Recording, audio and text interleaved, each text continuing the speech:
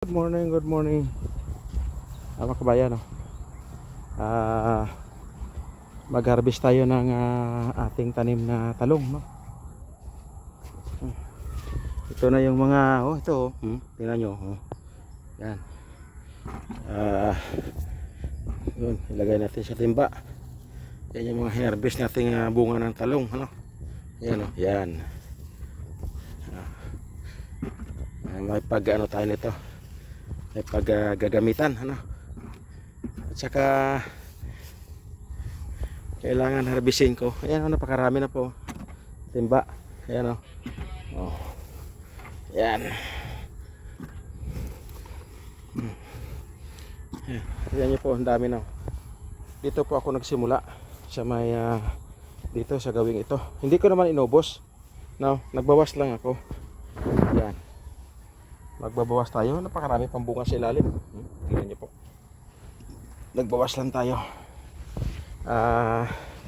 Mahirap na kung minsan kasi mayroong hindi inaasahan na mga masisipag ay hindi na po nagpapaalam, ano, hindi na nagpapaalam. Pupunta na lang yan dito sa mga tanim natin na talong. Kaya ang ginawa ko, dahil nasa stage na talaga kailangan harvestin yung ibang bunga, kagaya nito, lalaki ng mga bunga nila. Ayan, napakarami. Yan. Pitasin na natin. Yan. Ayun na, marami naman tira. Yan. Yan. Yung pinakamalalaki, ayan, atin na pong pinipitas, no? Para sigurado na alam nyo na mga kabayan, no? Pakaraming bunga, lalo na dito lalaki, yan. Ayan na para kung may pagkakataon silang magawi dito, may matitira pa naman, no? Pero yan nga ang sitaw natin. Bala ko sana mag-adobo, no? Mag-harvest tayo kasi maraming bunga. Pero yun nga, naunahan tayo. Okay lang yan. Ayan, pagkain naman yan, yan, dahil bunga. Gusto kabila. Pag-ikot ko, lalaki ng mga bunga dito sa gawing looban. Ayan, yan, tingnan ko. Ayan. Aray ko. Ay. Antigas. Ayaw mo pa matanggal. Ano na to, yung talong ko halos mag 5 feet ng taas nito. Kaya yung bunga ay kadami na talaga. Yan. Yan.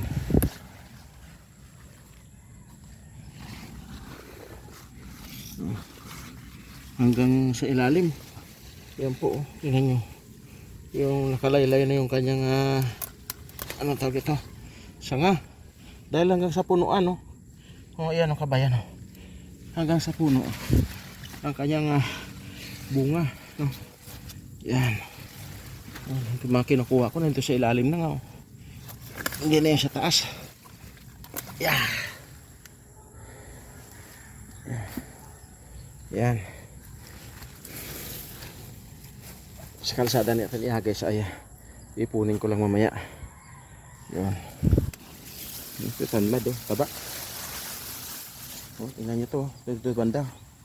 Lalaki, sana ba yun? Yun. Dito gawi. Kinukuha ko lang yung pinakamalalaki kasi parang oversize na rin siya. Anong tawag ito? Kailangan na talagang pitasin, baka madali pa. Yun tayo iikot sa gawing ito dahil yung ating titingnan ay yung nasa bahaging labas, yung malapit sa kalsada.